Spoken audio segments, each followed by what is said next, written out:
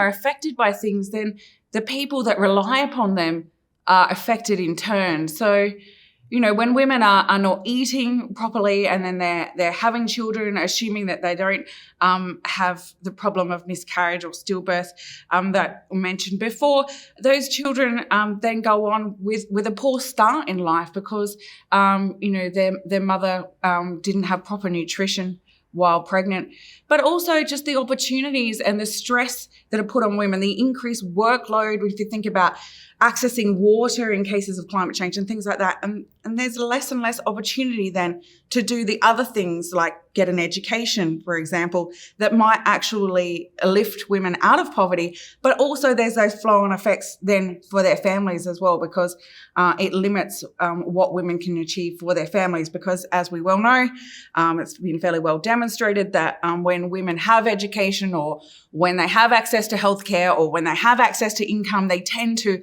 always prioritise their families. And there's a greater sort of flow-on effect or flow-on benefit from women having access to resources. So when access is undermined, then everybody's undermined, essentially. So when women are having to use, put in extra time or to try and achieve things that used to be easy and now is much harder due to climate change, it means there's a whole lot of other things that they're not able to do. So they're less able to participate in community decision-making, for example.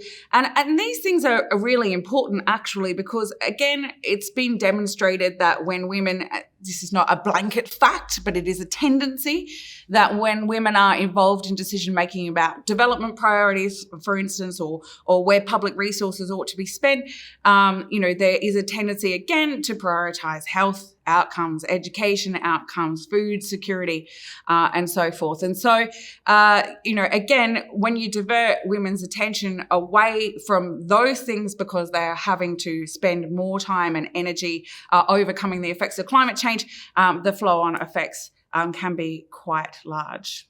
It's always really important when you're making decisions around any policy intervention that you include the people who are most affected by it. So obviously the fact that the vast majority of people who live in poverty or are vulnerable or experiencing the consequences of inequality, they're women. So it's really a no-brainer that women ought to be included from that perspective because, of course, it affects them so much.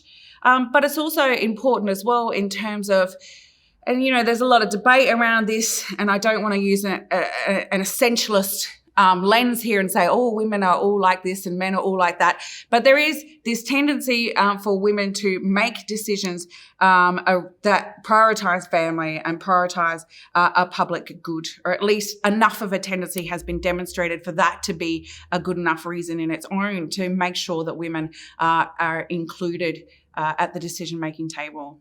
And the reason why it's important to privilege that tendency to some extent, or at least enable that tendency, is it's twofold, right? There are flow-on effects in terms of how this builds stronger communities, how this builds resilience, which is incredibly important in a climate change situation, but also because it demonstrates a certain kind of priority that is for a greater good, essentially. So being able to put women in decision-making roles, which enables them to demonstrate the benefits of making decisions that are for the public good or are for the community good. This role models like a kind of leadership that needs to start being more deliberately rewarded, I guess, and recognised and prioritised. The question is, well, what table, for one thing, but the other is at all levels, essentially. And we can't assume that women represent women. So it's not enough to have women in national, government situations or national parliaments and so forth, or we need to have women all the way down, right down to the community level in terms of leadership, because the lens that they're using at these different levels is completely different, and the lives that are experienced by women at these different levels are completely different. And so then they're able to essentially respond to the situation embedded in that context. So informed by that context, understanding the politics, the community, the environment, the social needs of that particular place. And it's not okay to assume that a woman in an urban centre who is highly educated and is part of the elite and who essentially is playing the game of politics inside of patriarchal structures, you can't assume that she has any idea about what's going on in the lives of a woman that's, in a rural area who is participating in agriculture for subsistence living, for instance. So it's really important that we understand that we need women from all levels and from a whole different kinds of range of other corresponding or intersecting attributes so that we can get a full picture of what the effect of climate change is. But it's not just the effect of climate change. It's at those different intervention points. So it's about prevention, it's about mitigation, and it's about minimizing harm then eventually. And only the people who are experiencing that can give you the perspective from that experience, essentially.